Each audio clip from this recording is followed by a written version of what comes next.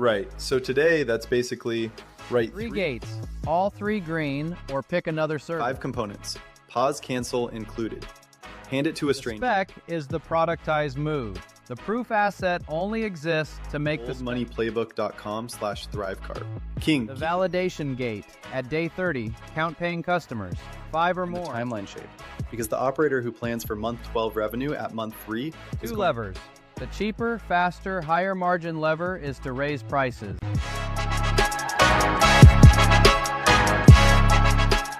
Every productized sub-agency in 2026 sells the same move.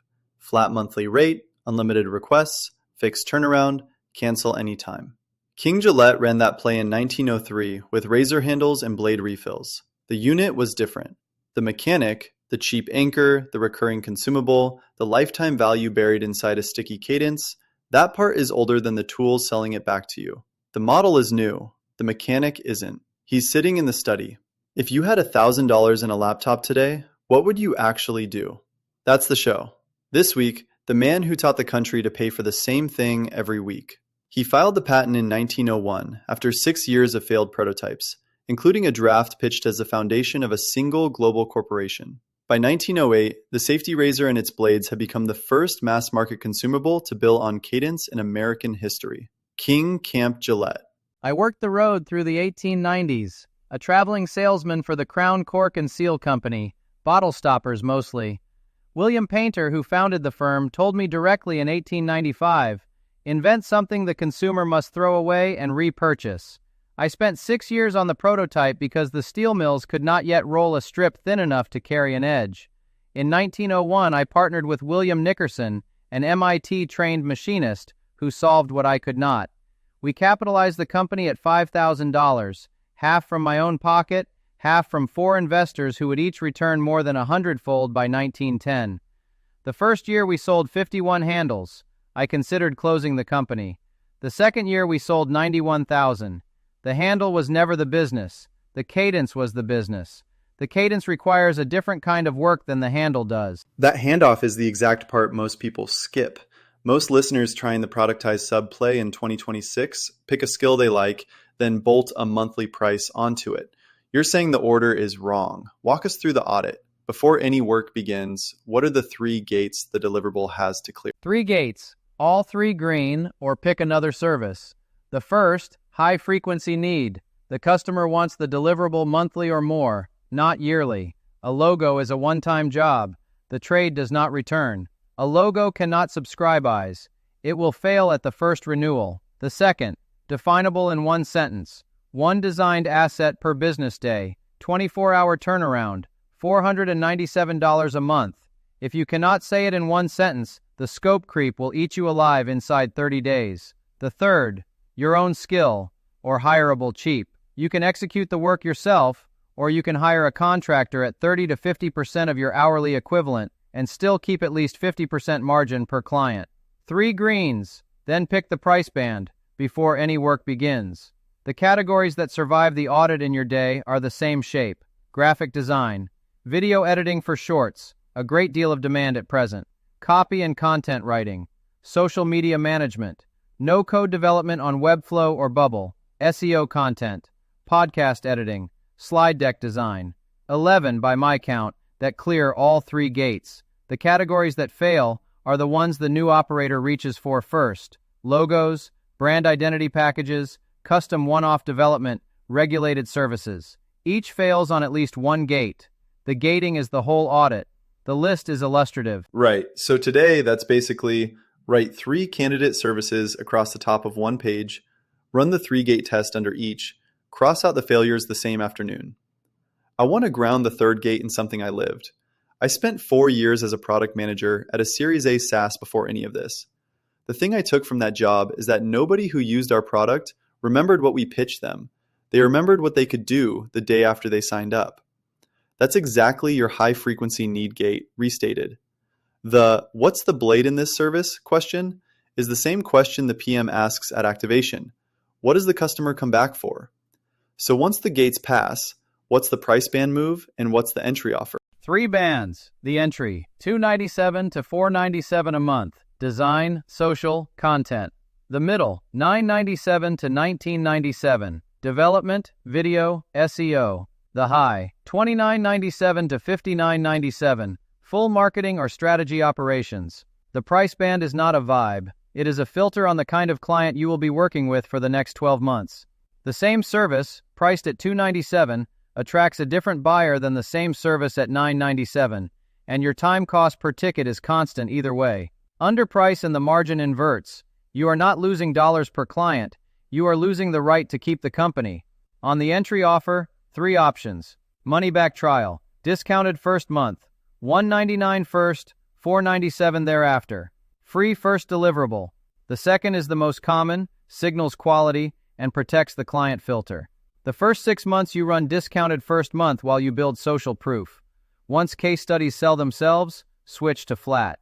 The single rule that survives every iteration: do not undercut the band by 50%. Underpricing trains the wrong client and kills the unit economics in the same stroke.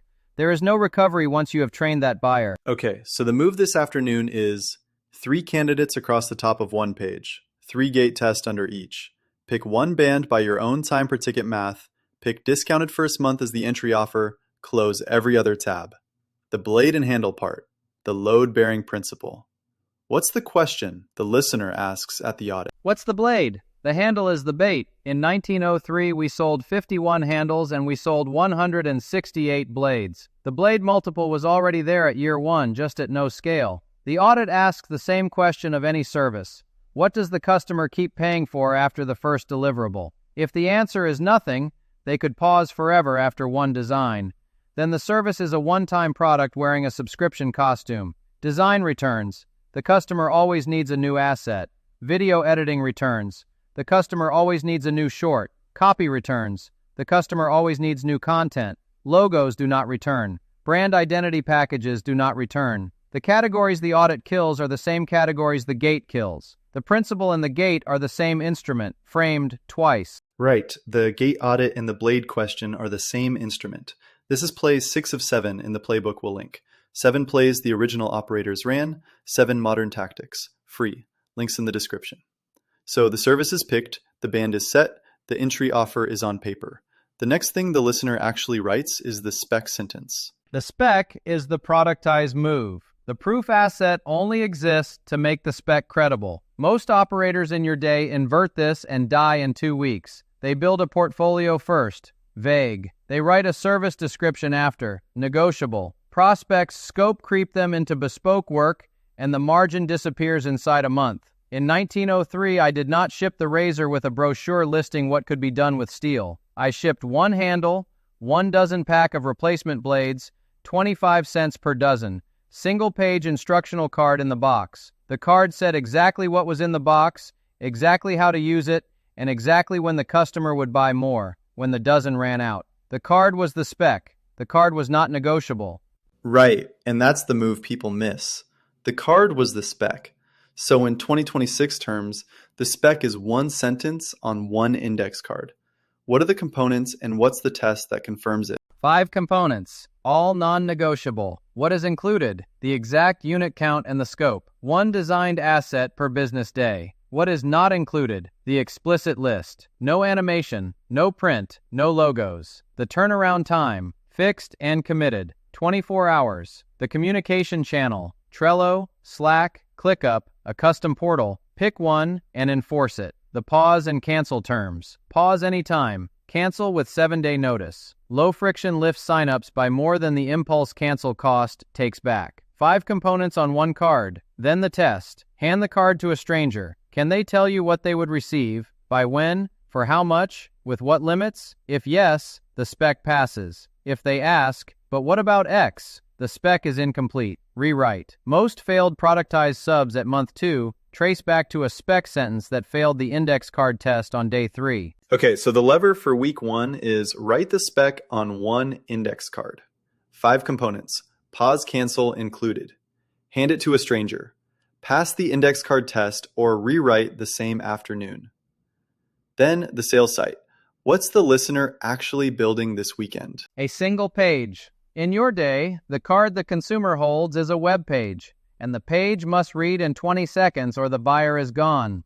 6 sections. Hero with the one-line offer. The spec sentence underneath, verbatim. 3 sample deliverables. A pricing block. A short FAQ, perhaps 5 questions. 1 sign-up button. That is the entire page. The platform Matt has described is called Webflow, a designer's tool but with the precision the spec sentence demands. The free workspace carries you through the proof asset phase. Once the first paying client lands, you migrate to the basic CMS plan, $14 to $39 a month, and connect a domain. Design Joy converts at 2.5% or better from one page. The page is not where you signal range. The page is where the buyer commits to a 12-month consumable cadence after 20 seconds of reading. If you want to look at it, it's oldmoneyplaybook.com/webflow. Keep going on the proof asset. Days 4 through 10, 5 to 10 spec pieces. Each piece matches the spec sentence's deliverable shape exactly. If the spec says 1 designed asset per business day, every proof piece is that exact unit, not a 30-page brand book exploring what's possible. Range is scope creep bait. Prospects buying a productized sub are imagining what they will get every Tuesday for the next year. The portfolio is hosted on the same page they read the spec on. Quality bar. Every piece is your strongest work. The portfolio is the visible part of the cadence the customer is being asked to subscribe to. Underwhelming portfolio? No signups. There are no exceptions to that one. Preview. Right. 5 components on one card, 6 sections on one page, 5 to 10 proof pieces that match the spec exactly. By the end of week 2, the listener has the page live, the spec on it, and the proof under it. So week 3, the page is up and the spec is honest. The next problem? Nobody is on the page yet. How does the listener actually get the first 5 customers? Cold outreach. The unsexy answer, and the only reliable one at 0 followers. Most operators with a productized sub-spec and a sales site will sit on Twitter for 90 days building in public and never break a single paying customer. The arithmetic does not survive the audience dependency. The play that works. 100 to 200 personalized cold outreaches over 14 days. 10 to 15 calls booked. 3 to 5 first customers. The close rate from cold outreach for productized subs runs at 1.5 to 3%. Personalization is non-negotiable. Generic templates close below 0.5%. Lead with the spec sentence in the opener. The buyer responding to a clean spec has already mentally booked the deliverable. The call is qualification and close, not pitch. In 1903, I did not sit on a soapbox hoping shaving would trend. I hired commission-paid drummers, traveling salesmen, who walked into 200 drugstores a month with a sample case and a single-page card. The pitch was the card. The numbers were the same. 200 calls, roughly 30 placements, 5 sustained accounts in the first month of a new region. Same arithmetic, different medium. And the path pick, because the listener is going to ask whether public build on Twitter or LinkedIn is a substitute. What's the gate? Audience dependent. The gate is 1,000 engaged followers in your skill area. Below that, public build is a 60-day wait for an audience that will not materialize on the timeline the bills require. Above the gate, you can layer it. The recommended path for the modal listener: cold outreach first, public build layered after the first 3 paying clients close, because the case studies are the build in public content. The order is structural. You do not announce you are open for business. You announce that the first 3 buyers are already inside. I want to be honest about that volume claim because I lived it. The month after the Shopify supplements brand folded, I wrote 7 cold emails in one afternoon to small CPG founders offering to help them with their funnel for cheap. One of them said yes. That one contract paid my rent for the next 4 months. 7 emails, 1 reply, 4 months of runway. So when you say 100 to 200 over 14 days, the listener is not hearing a stretch number. They are hearing a number that is, if anything, conservative for the discipline involved. King, keep going on the gate at day 30. The validation gate. At day 30, count paying customers. 5 or more. Ship the offer as it stands. Scale the outbound to 300 next month. 3 or 4. Repackage the spec, not the price. Rewrite the unit count, the turnaround, the included list. Rerun outbound for 30 more days at the same band. 0 to 2. Repackage the price band. Move from entry to mid, or revisit the 3 gates from day 0. The service may not productize. One discipline that surfaces every cycle and breaks every operator who skips it. Disqualify aggressively on the call. Buyers who push back on the pause anytime, the cancel anytime, or the 2 rounds of revisions rule are signaling they want bespoke work. not productized. Closing one misaligned buyer eats 40% of your weekly capacity. Lower the price below the band. Never. That move trains the wrong client and accelerates the margin problem. The repackage rule is precise. The reprice rule is the trap. Right. 5 and 30 is the ship line. 3 or 4, repackage the spec. Below that, the price band is wrong, not the spec. Disqualify the buyers who fight the spec on the call. So the listener has the first 5 customers. Day 31. The deliverables are landing on the calendar. The next thing that breaks the play is operations. Productized subs die from operations failure, not sales failure. Most operators in your day sell the first 5 clients beautifully, then watch month 1 retention collapse to 40% because the delivery rhythm broke in week 3 and they did not catch it until week 6. The fix is the blade supply system. 5 components. Week 5 and onward, all of them required in this order. Walk us through the 5. The first, intake. 1 form per request. 1 ticket per deliverable. No exceptions. Trello, ClickUp, or Linear. Pick one, enforce it. The second, the daily rhythm. Fixed slots. 9 to 1 in the morning is production. 1 to 2 in the afternoon is revisions. 2 to 5 is next day prep. Without the daily rhythm, the SLA misses begin in week 4, and the silent churn arrives in week 8. The third, SLA tracking. A dashboard that shows turnaround per ticket, per client, per week. Customers churn quietly when SLAs slip. The number is the only signal you will get before they cancel. The fourth, the revision policy. 2 rounds per ticket. Further revisions count as a new ticket. Without that rule, 1 bad client eats 40% of your weekly capacity inside 3 weeks, and the rest of the roster suffers. The fifth, recurring billing. The cadence that makes the cadence happen. The South Boston department that handled the standing accounts.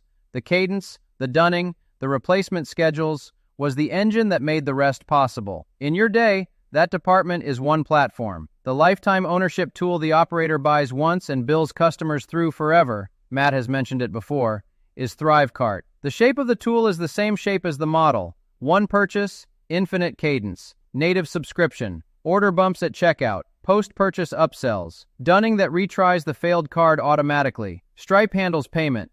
ThriveCart handles the life cycle. If you want to look at it, it's oldmoneyplaybook.com/ThriveCart. King, keep going on retention. Retention is downstream of operations. You cannot retain on a broken delivery rhythm. The first week call only catches some of the dissatisfaction. It does not fix the cause. So the order is fixed. The 5 operations components first, weeks 5 through 7. Then the 3 retention layers, week 8 onward. The first, a 15-minute first week call within 7 days of sign-up. Roughly half of the would-be month 1 churners save with 1 call. The second, a monthly delivery summary, an automated email at month end listing everything delivered that month. The reminder lands before the next charge does. It preempts the, "What am I paying for again?" cancel. The third, the quarterly anchor. 1 extra deliverable per quarter for non-pausing clients. 1 or 2 hours of your time per client per quarter. It moves month 3 retention by a meaningful number. The targets, month 1 at 80% or better, month 3 at 60, month 6 at 50. Below the floor, you do not scale acquisition. Throwing more cold outreach at a leaky bucket multiplies the leak. You fix the floor first. Right. 5 operations components in order, then the 3 retention layers on top of them, never the other way around. 80-60-50 is the floor. Below it, the call gets canceled at the next billing cycle, no matter how warm the conversation was. Standard rebuilt the South Boston factory between 1904 and 1907 specifically for this, the system before the marketing. 3 load-bearing pieces in that rebuild. The strip steel rolling line ran a fixed daily quota, the daily throughput rhythm. Every drugstore got a resupply visit on a fixed cadence, so a handle never sat next to an empty blade rack. The SLA tracking, 3 decades early. Defective blades replaced free, but only 1 batch per customer per quarter. The 2 rounds of revisions policy in 1903's form. The factory rebuild was the entire blade supply system. Without it, the inversion of 1903 to 1904 would not have compounded into the 1908 dominance. So month 4 arrives, the listener is at maybe 10 or 12 clients. The reflex is to hire a contractor. The easy answer, the wrong one. Walk us through the scale lane and the rule for picking the lever. 2 levers. The cheaper, faster, higher margin lever is to raise prices. 20 to 50% across the board every 6 months. Existing clients almost universally accept. The switching cost on a productized sub once it is wired into a workflow is high, and the value is now visible in a way it was not at sign-up. New clients filter at the higher rate. Same revenue, fewer clients, more margin per hour. The other lever is to higher production. Contractors at 30 to 50% of your hourly equivalent. You become the manager and the salesman. They execute. Margin runs at 50 to 70% per client. The path scales beyond what one operator can deliver alone. Capacity becomes the constraint, not demand. Management overhead is 10 to 20% of your time, even at 5 contractors. The rule that protects the second lever, 5 paying clients per contractor minimum, before the contractor is brought on. Below that floor, the contractor's wage exceeds the marginal revenue from the client they free up. You are paying to free your time at a loss. The recommended path is a combo, not a single lane. Raise at month 6 after 5 case studies are landed. Hire one contractor at month 9 to absorb the capacity from the higher ticket clients the rate rise filtered in. Raise first, hire second. And the 4 traps, the ones the operator has to name out loud before month 4, because they all fail silently. 4. Each one silent until the rest of the apparatus is collapsing around it. The first, scope creep without policy. One client demands extras. You say yes once. Every other client expects it inside a fortnight. The fix lives on the spec card. Enforce it from day 1. The second, underpricing because you are starting out. The same trap the entry rule was written to prevent. Fired again at month 4 because the operator forgets the rule once revenue starts arriving. Price on unit economics, not on seniority or sympathy. The third, hiring before retention is dialed. Adding contractors before fixing month 1 churn just multiplies the leak. The retention floor is the gate. The fourth, not tracking unit cost against price. If the delivery cost per ticket creeps up, your hours, the contractor's hours, the tooling, and the price does not, the margin disappears silently. A weekly cost per deliverable check is the only signal you will get. A single sheet, operator hours times rate,